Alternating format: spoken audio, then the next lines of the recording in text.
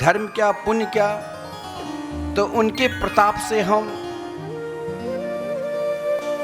समाज के कल्याण के लिए अनेक कार्य करेंगे। लेकिन पुण्य के प्रताप से हम सीधे ये सोच लेंगे कि हम भगवान के भक्ति हो जाएंगे, ये होना नितांत संभव है। अरे स्वयं भागवत के महात्म्य में कहा गया है, जन्मांतरे भवेत पुण्यम, एक जन्म नहीं अनेक जन्मों की, जन्मांतरे भवेत पुण्यम तदा भागवतम लभेत। अनेक जन्मों की जब पुण्य एकत्रित होते हैं, हम केवल इस जन्म में कुछ दान दे दिया, कुछ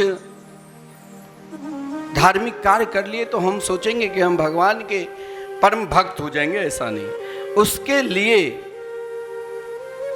तो हमें अनेक जन्मों के पुण्य जब एकत्रित होगा तभी भगवान के भजन करने में, कीर्तन करने में और उनके निकट में जाने की इच्छा होती है।